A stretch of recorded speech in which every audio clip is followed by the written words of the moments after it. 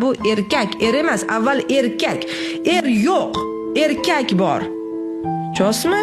Erkakka avval erkakdek muomala qilasan, keyin u senga xotiniga erligini qiladi, ayolga.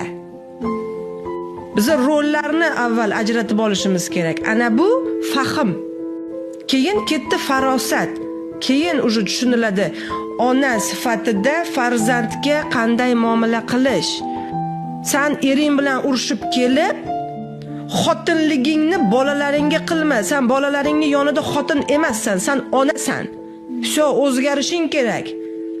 Sanga Alloh ularni omonat qilib berdimi? Endi bu yerda sen marhamatli bo'lishing kerak. Chunki bola cherizsan dunyoni taniydi. Ering bilan o'zing kelishib ol, kashayni, qarochi. Bu yerda bolaga sen onaligingni qilishing kerak, marhamatli bo'lishing kerak. Chunki cherizsan u o'zini Robbisini taniydi, dunyoni taniydi.